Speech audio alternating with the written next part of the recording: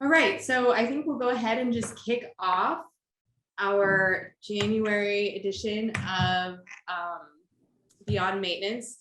Liz and I were joking back and forth because we were saying part 5, and then we're like, oh no, wait, it's part 4. So we kind of had the in-person one at the user summit, and we're like back and forth, and we're like, whatever, we'll start with 6 next time and just move on. Yeah. But thanks everybody for coming, jumping on. I know we kind of get virtual exhaustion, so we'll do our best to provide as much value for your time in the next 50 minutes.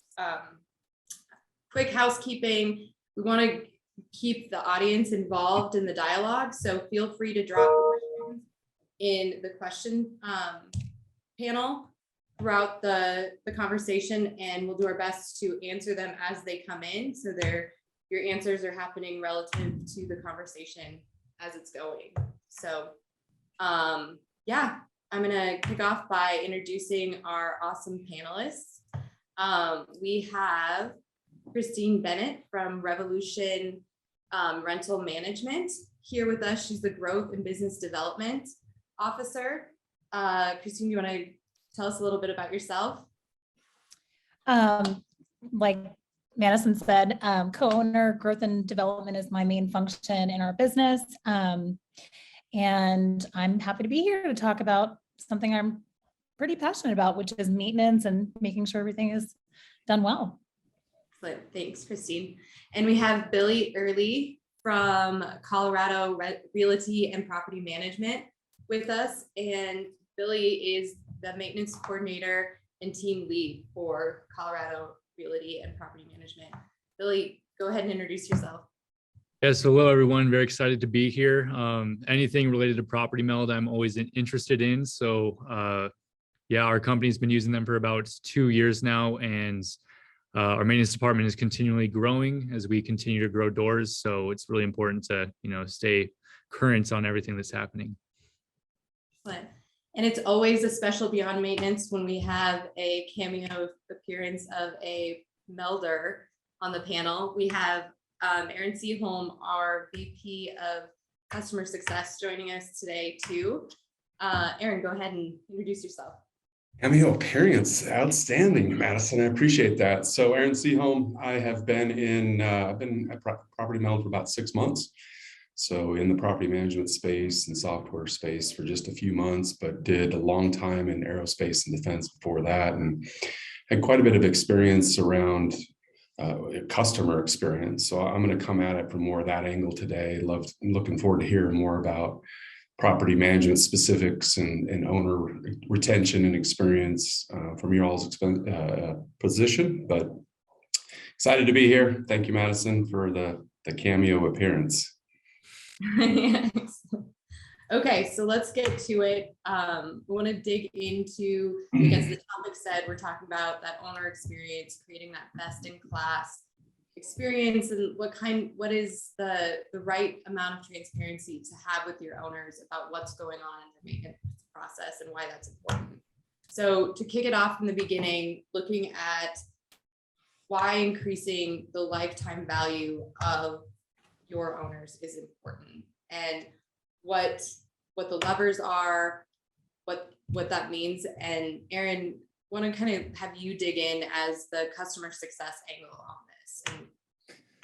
So, from our perspective, the owners are our customer's customer, right? So we pay a lot of attention to their retention, because we want our customers to be happy and stay with us for a long time. And I think, acquiring customers is not cheap, right? Whether it's for software or property management. So, to recover the acquisition costs is something you definitely want to do, and make sure that owners are staying on and customers are staying on with a long enough period to make sure that, you're sort of cash flow positive on that. As I was thinking through this though, I think Disney really nails the customer experience. And you think about the interaction with, a Disney theme park or something like that, they're very intentional on it and sort of designing that experience, the whole journey from, I think I think we should take a trip to Disney World, to posting information, to the stay. And I think that we can learn from that. And I had applied some of those things in the past, Disney experiences.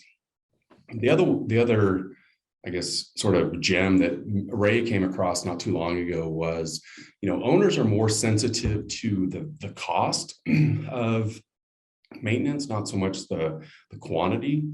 So as you think about those owner interactions, really pay attention to how much the cost is as it relative to total rent. So that's my take. So that's great. And Christine, like, what is your guys's So, cornerstone principle when it comes to this? so, I mean, obviously, when you've had someone who stayed with you for at least 2 years or more than 2 years, they're there, they're going to stay. The proof is in the pudding. We're doing something right. Unless there's some big incident or some kind of issue that comes along, we've already passed that first onboarding, initial impression. We've gone on our first and second date, and we're here. We're going to stay together, and making sure that you have a smooth maintenance process, smooth leasing process, and overall a smooth operation is imperative. And this is, how you maintain owners past the 2-year point. The one thing I'll add to what Aaron said was revenue. So Todd and I both speak on, maximizing revenue, making sure that you're bringing on appropriate amounts of revenue per door. The only real way to do that, though, is by having a good, solid product. If we weren't if we weren't taking care of the properties, having additional resources for tenants and owners and not doing things efficiently, they wouldn't want to stay. And I think everybody, in the property management industry would agree that maintenance is one of the core values to making sure you have a good operation. So if you neglect a property, you don't take care of a maintenance issue, you're going to have a very unhappy tenant in the moment. And then you're going to have a very unhappy owner towards the end with these huge deferred maintenance costs. So you really want to educate the owner up front, educate the tenant on, what the expectations are, and then make sure you're keeping track of that during the progression of, I call it a transaction when I'm talking to like realtors and I'm saying, hey, picture your most hellacious transaction. And it was maybe 60 days, you had extensions. Our transaction goes 2 years, 5 years, 7 years in some of our areas. So it's, just making sure we're maintaining that during the process. The last thing I would add is reputation. So this is one of those huge things that I think most people are aware of, but they don't know how to tackle it. And I think our personal opinion is processes. But when you don't want to be known as the maintenance company or the owner operator or the professional who is not taking care of a property that someone is really living in. You just don't want that to happen. You'll see referrals from your own book of business if you're doing it right. Absolutely. And Billy, with you guys in Colorado, what's your cornerstone there when it comes to that owner relationship, like your primary principles? Yeah, great question. And thank you for this. But so especially when it comes to, keeping a landlord on for 2 years, it all matters about trust. So, kind of understanding that, the expense to, acquire a new landlord is pretty great. So just like employee training costs, excuse me about that. Just like employee training costs, it does cost more to let them leave quickly than to try to hold them on. So what can we do to gain that trust? How can we communicate with them to, kind of keep them on as long as possible? So when we bring on new managements, it's all, about working, especially in maintenance, with the deferred maintenance and the issues of the property that, the landlord might know about, but might not know about. And kind of at that time, it's really important not just to resolve the issue, but to explain, hey, this is why we're here. This is how we're going to help. And this is why you want to get these sort of things done. So once you get through the onboarding and the expectations, everything else should kind of come into play at that point. But really it's just about gaining the trust. Absolutely. So Aaron, when we're talking about the, the 2 years that you mentioned, the customer acquisition cost and making sure that what is like, this is beyond maintenance and it's a data driven conversation. Like, what are the metrics talking about when we're talking about maintenance generation and its relative attention? Yeah, so I'm going to tag on to a couple of things that Billy said there that I think are super important. That trust, the importance of trust, right? If you really have a trustful relationship, then you can afford a few missteps before somebody decides to go somewhere else, right? And I think the other word I really liked that Billy said was expectations. And when we come into a product or a service, we have certain expectations, right? And I like to think about it like you have expectations, and then that service provider or that product, the alignment between the performance and the expectations is when we have a really positive experience, right?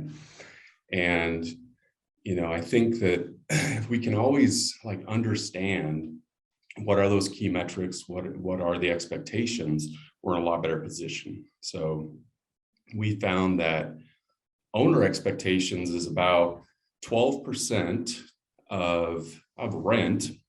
If you can keep your maintenance below that, you're in a good position. So, just I guess a nugget for the people out there that if you really pay attention to those maintenance costs and can keep them below 12%, you're going to be in a good position. So Christine, you had mentioned, like the key being educate your owners up front. And what's your process there? What expectations and how are you doing that? So we have a couple of different ways that we go about it. It usually starts with our business development managers who just understand property management. So you want to take, you're looking at an owner who is an accidental landlord. You really have to give them a crash course in what it means to invest in real estate and what it means to maintain a property. So we're basically, training them to say, hey, that 10 or 12%, that's what it costs to maintain this investment. This is, you shouldn't jump up and down. Don't be upset. It's, the world is not coming to an end because you have a $700 refrigerator or whatever the item is, because it's built into the cost of maintaining the investment. So it's like retraining them initially and setting the expectation. Also, communicating is another big thing for us. We want to make sure that they know what's going on with the property, but in a way where we still maintain control of that situation. But I've always found bad news is best delivered up front. And for some owners, $1,000 repair or $500 repair or $200 repair is bad news. So deliver it up front. We actually utilize Meld, and we're able to send them alerts when a work order comes in and they're like, hey, this maintenance ticket came in, and then we're able to keep them abreast of the process while it's getting taken care of. So that's another big thing for the owner and the expectation. Absolutely. So when we're talking about the metrics and that 12% of a role, like making sure that having that conversation up front, what Billy are you guys doing to make sure that you're managing maintenance at the lowest possible cost? Yeah, that's a great question. First off, our company does not make a profit off of in-house maintenance or really any maintenance to begin with, besides project management. So we like to think that if an owner is being nickeled and dimed, or if they think that they're being nickeled and dimed, it creates an adversarial relationship with no trust. So we put in our PMA that we require landlords to do furnace servicings, gutter cleanings, fireplace servicings, and annual walkthroughs, things like that. So we can make sure that we're preventative maintenance from being an issue. So Every single year, we send out about 30 emails about preventative maintenance, telling our landlords, hey, this is what we believe you should be doing, or this is what you're required to do. We're going to get this taken care of for you right away. In the long run, this is going to, resolve a lot of issues. With our annual walkthroughs, we'll come across a property with a 12-year-old water heater, and we'll say to the landlord, hey, look, let's replace this now. And then, in 3 years, because the life of a water heater has 12 to 15 years on it. So in about 3 years, it could easily blow, could cause some significant water damage. So let's get in front of this right now. Let's take care of this so we don't have to, worry about it later on. Let's lower those costs by making improvements now. Let's try to resolve these sorts of things right away.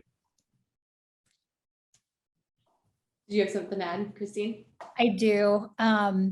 So the one thing also is looking at the data. So the way that we really manage the cost is we're looking at how, what did they complete? What could they have completed while on site that is proactive versus reactive, and how quickly they were able to perform that job.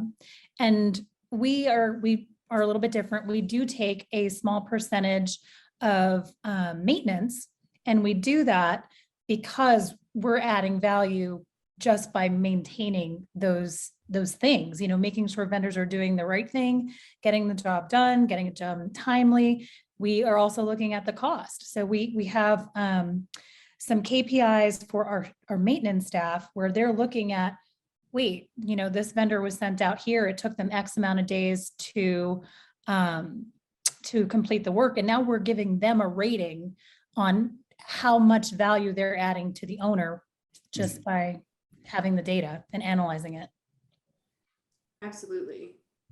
That's there's having that oversight and being able to make those educated decisions based on the data it's priceless. And then it just provides that ability to have those upfront difficult conversations, but the data is always backing you and creating that trust definitely that way. Aaron? I was just curious, Christine, do you feel like those KPIs change over time, or have they been pretty stable? So the KPIs that we have built in, they don't necessarily change. Vendors change quite often. So the way that we rate a vendor now could very well change in 6 months, 8 months. And I found just over the course of time that I've been doing this, I feel like it changes about every 18 months. Okay. So, a vendor who is performing at an A level right now may be performing at a B or C level. And then it's our job to say, well, why is that? Okay, right now it happens to be materials. Materials are a little bit more expensive.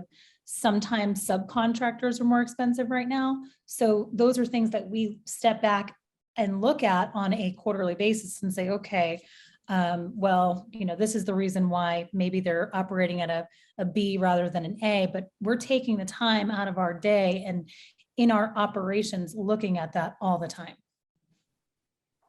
That's outstanding. And that action, I think, is so important too, right? With the metrics and being able to go have a conversation or do something to help try to get them back to an A, or at least understand like what's happening in their world too, right? That's made them maybe fall off over time. It's interesting. Yeah. And I know that, you're both managing with vendors. Christine, you guys don't do any internal maintenance, do you? We have not internalized. No, we have not. And for the sake of those that are listening that may be doing that, Aaron, you have some data that's kind of talks to that lowest cost with internal. Yeah, we've again been looking hard at our different KPIs, and it looks like right now, and we're still trying to pull it apart a little bit, but it looks like an internal maintenance is slightly less expensive than the external vendor maintenance that we see. So, more to come on that. But I think, again, back to my earlier comments around the cost sensitivity, not so much the volume of work orders and melds flowing through, but that cost and the 12%. And I think I saw a question pop up around what does that mean? That 12% is relative to the rent roll.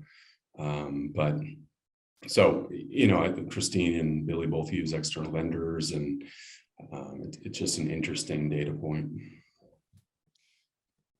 When I was going over kind of what we were thinking about talking about today, that was my first thought was, well, there's two different theories on how to make sure that we're keeping the cost, providing more maintenance at a lower cost for the owner.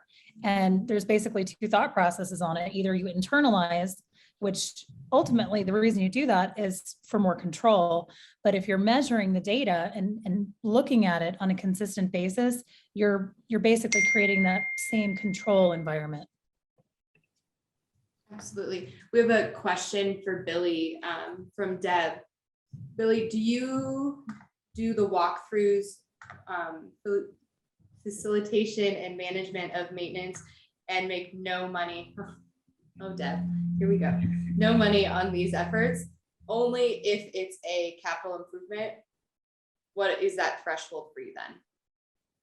Yeah, so it's maintenance specific. So for walkthroughs, yeah, we charge for those. For going to properties, checking up on things, we'll charge for those. But for sending out a vendor and coordinating that to make sure that we're getting items complete, we're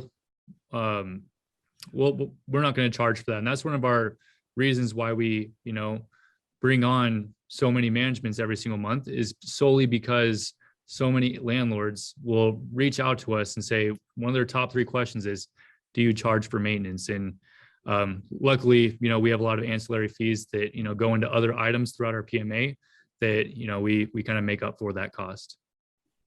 And we actually had this conversation in the green room that there's, 2 different schools of thought here. And like, it's a great 50-50 split in the panel too, because Christine, I know that you guys have a different philosophy on this.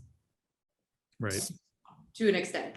So I will say that, Todd and I, we merged our business together, and prior to, I didn't charge for maintenance either.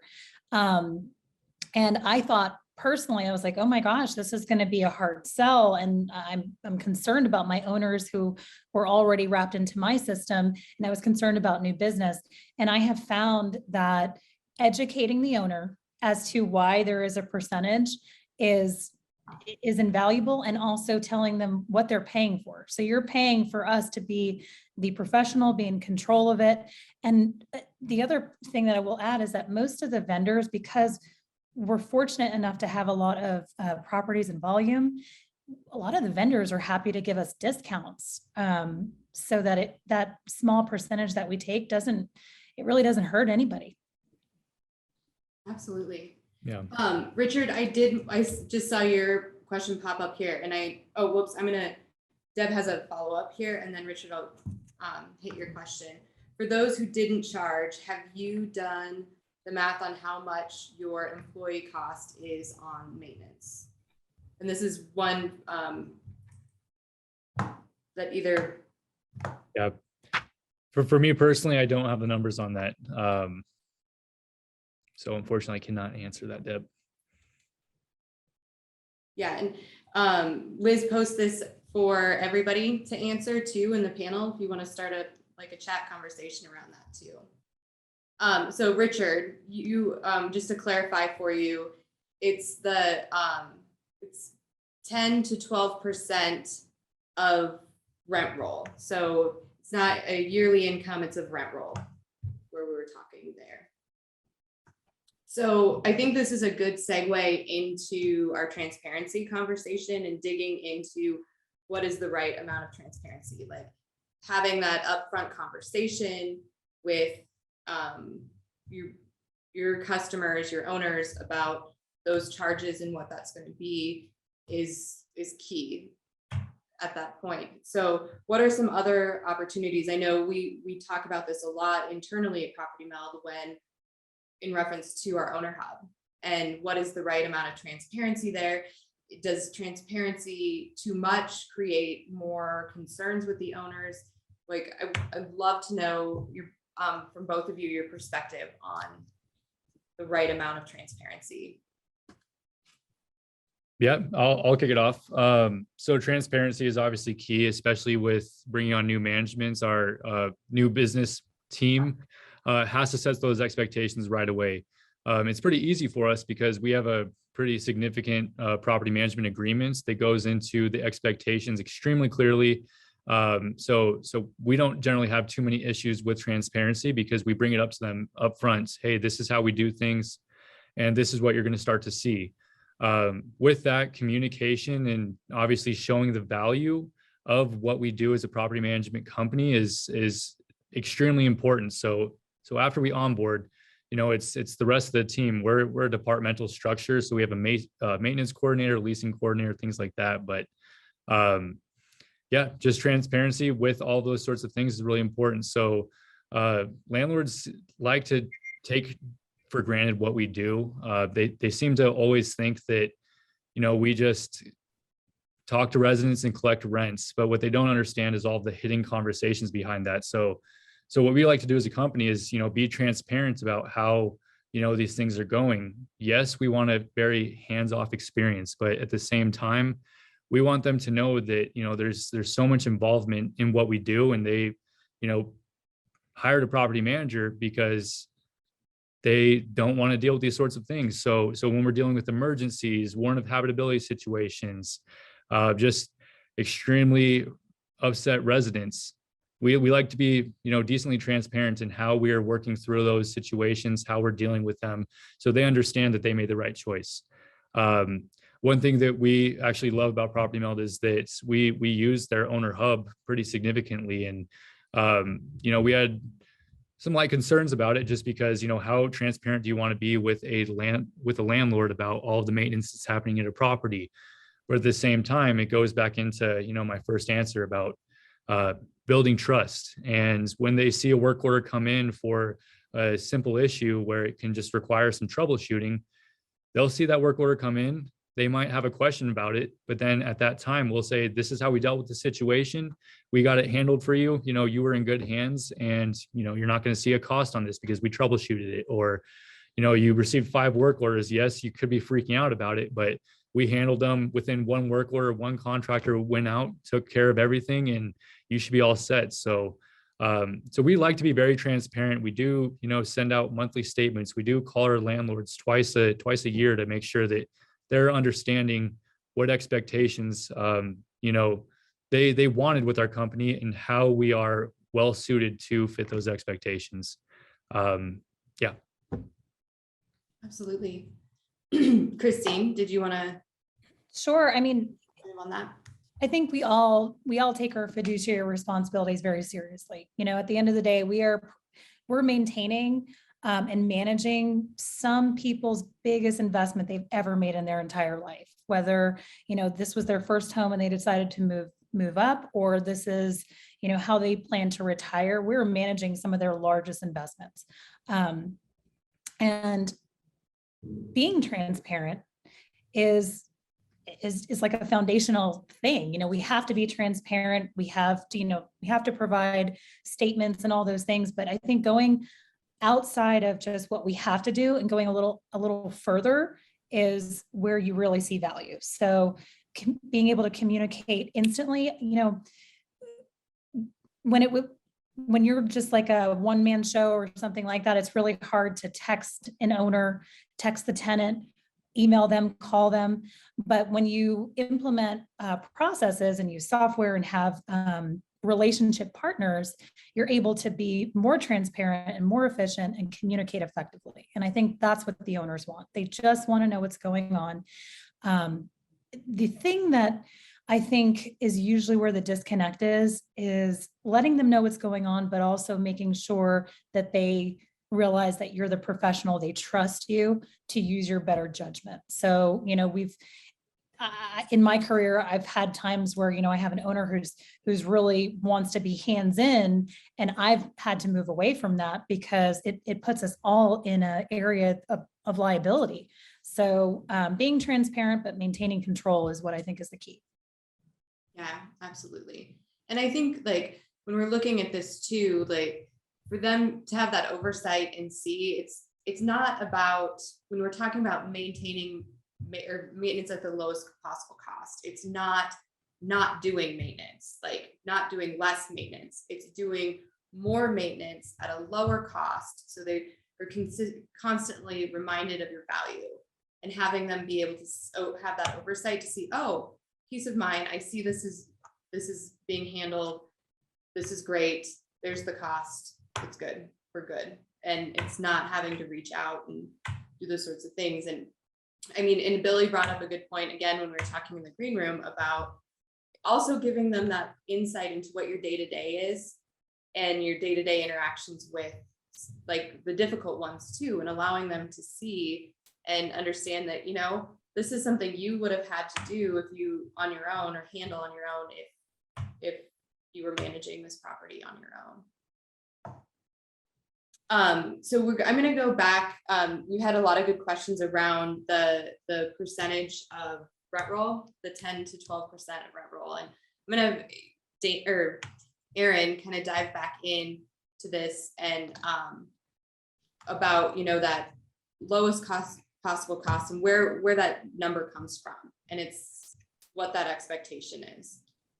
So this question is the 10 to 12% what your owner should expect to pay for maintenance on the house annually, and just kind of go into like where we got the data and what we see from that and what that means. Yeah, so we had, you know, Ray had done some digging with looking at owner retention and trying to understand, you know, is there a breakover point there? And what he had done is looking at owners that had churn, that we call in the software business, but owners that had left, right, that were no longer associated with a property management company. There seemed to be a breakover point right around a 12% of rent roll, maintenance costs up to that. So for company, you know, for property management companies and owners that had stayed, it was typically below, you know, that 12%. When that relative percentage of rent roll got above 12%, 13, 14 up above, there was a much greater probability of those owners to leave, or higher percentage of owners that had left for companies that had a higher maintenance cost overall. So that was where that 12% came from. I think it's an interesting, that in combination, for me personally, that in combination with, you know, again, not so much the quantity, like the number of maintenance or work orders that have happened, but really the threshold from a cost perspective is far more important than, you know, like a quantity of work orders, which I think leads to some interesting things around preventative maintenance, like Billy was talking about, right? If you can get out and try to get ahead of some of those things and get a water heater replaced before it blows up and floods the basement, and that's, you know, a lot more impactful, and I think leads to trust, right? That transparency and trust. So that's the 12%. Yeah, and it all revolves around a well-oiled maintenance department, or, you know, you focusing on the maintenance efforts as much as possible. I just asked one of our new business team members, Taylor, about this situation, and she said that our maintenance costs are actually at 7% throughout our company, which actually surprises me. I'm like, okay, is that a bad number? But it kind of translates into the communication and, you know, the work that we do with our annual walkthroughs, with our move in and move outs, and how we, you know, set that expectation that the property has to, you know, look a certain way and be a certain way for us to either start managing or just to get a new resident in place. And in order to do that, you know, you hold your landlords on a certain expectation that in order for them to work for your company or be with your company, you know, they have to put in a little bit of effort in the beginning ends to kind of make sure that we don't have too many issues with our residents. That's so important. You know, if you don't set those expectations, they're going to come up with their own expectations, right? And then you fall short of what they come up with. That's not a good position to be in either. So I think setting those up front is super important. Yep. Yeah, well, and especially too, when you're looking at you know, you have your accidental landlords, but your landlords have probably, you know, have been managing their own property for quite a while, and then they come in and those expectations are set there, and it's like coming through and communicating. Yeah, that education process Christine talked about, right? Those accidental, it's like, no, here's how it works, right? Even though you think it should be 0, it's really here, right? Mm-hmm. So those initial conversations, I think, are why our biz dev team is really successful, is because when they realize everything that we do on their behalf, they are more than happy to pay us to do our jobs and do it well. So when we kind of break down, we kind of do a very, very basic like cash flow for these properties. So we're like, hey, you should expect maybe a V&C rate of X, or maintenance should cost X. And they're like, what? And I'm like, well, this is the reason, this is the return on your investment. And we're throwing around these big words and big concepts, but when we break it down for them, they're like, oh, okay, that makes sense. So in their minds are go, oh, I should expect 10% for repairs. I should perhaps expect 10% on a vacancy and collection rate over this period of time. They get it. And they're very happy to pay our leasing fee for that reason. They're very happy to pay, our monthly management fee for that reason. So just education. Yeah. But trust. Erin, like this is a good segue to kind of jump into the speed of trust and why it's powerful. Yeah, so I had a really amazing mentor at one point talk to me about trust and relationships. And he's like, relationships are kind of like bank accounts. When something goes wrong, you want to make sure you have a positive balance, right? So you start making withdrawals and hopefully you don't go in the negative and it just falls apart. So I think that speed of trust and transparency and building strong relationships is really important. And it's something you have to work at and keep making deposits. Mm-hmm. Yeah, absolutely. The balance. So when there's like the misconceptions and that like, do you feel like the opportunity there is like loss in value? Once obviously there's that correlation between trust, and do you see a correlation between trust and value in what your service is? Yeah, I mean, in terms of, our customers, our property mill customers, when we have developed, trust, we have much better conversations, right? We understand their business. We can help them troubleshoot operational problems. And, we just have a much longer, healthier relationship with them, right? They're willing to, put up with a few missteps along the way because they know that we have their best interest in mind. So, trust is super important. Yeah, and to that point, just an example that I like to talk to my team about with this and with trust is, for me, I know next to nothing about car repairs, and sometimes you can go into a repair shop and think that they're taking advantage of you. And once you find that one company that will communicate with you what's going on, give you a better understanding of how things are going, and let you understand that, hey, in the next year you are going to want to repair your tires. You get that sense of expectation that, okay, I have a better understanding of what I need and how this all works with my car. And, you feel so much better about, the choice that you made to go with this auto shop, because they're not giving you the workarounds. They are being very transparent in everything that they're doing. And it just makes it so much easier that way. We had a great question from Lisa, and this question always gets me excited because it's property mill's bread and butter. So I'm going to throw it out there, and whoever wants to answer it, if you both want to. But what are the key metrics you track to ascertain the effectiveness of your maintenance team? Speed of service, input from the tenant. What are those key efficiency metrics that you're looking at? Whoever. I'll hit it first real quick. So one of the key metrics we do is definitely speed of repair, but I mean, obviously there's so many random things that come up that will, kill that metric and make it, not that as understandable. One that we love on our team is the messages that are sent out per work order, making sure that we're communicating with vendors and tenants are communicating with each other very well is really important.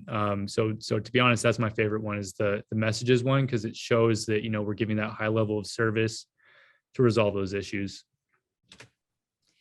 So ours is basically a combination of all three. So we're looking at speed, cost, and quality. And they're equally weighed. And then we also have feedback. So if we've gotten positive or negative feedback from tenants, that's important too, but it's basically all three: speed, cost, and quality. Awesome. And we have, probably a totally another forum conversation, but the metrics and diving into your speed of completion and how that affects resident churn, which in long affects owner churn, because if they're continuously churning on your properties, then what's the point of keeping you there? Because it's starting to cost you more. So for a future beyond maintenance conversation for sure. So thanks for asking that question, Lisa.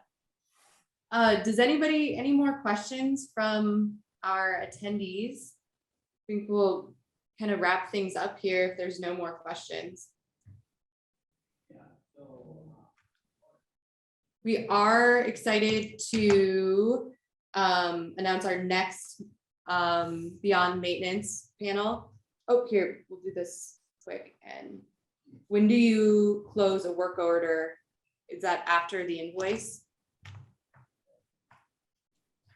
So Yes. So technically our contractors will close a work order and then the invoice will come after. And we will have our vendors obviously store those invoices in property meld. But to be honest, we'll close it. It will be technically closed before the invoice comes in, just because we know exactly when that was done, the date and time, and that sort of thing. Ours is closed when the actual work was confirmed that it was completed. Excellent. So we will hope to see everybody back February 17th. We're going to jump into the vendor experience and how to attract great vendors, especially relevant right now in the labor shortage, the great resignation, how we can survive through this in the property management industry for sure. So thank you to my three amazing panelists. You make my job very easy and help me relax through these presentations. So thanks everybody. We will be posting the recording on this on the Beyond Maintenance Facebook group. So definitely check that out, follow it if you haven't, continue the conversation, ask questions. We love that. And then hope to see you. You'll be getting the reminder email for next month shortly. So thanks everybody. Thank you, Madison. Thank you, Meld. Yes, thank you. Always.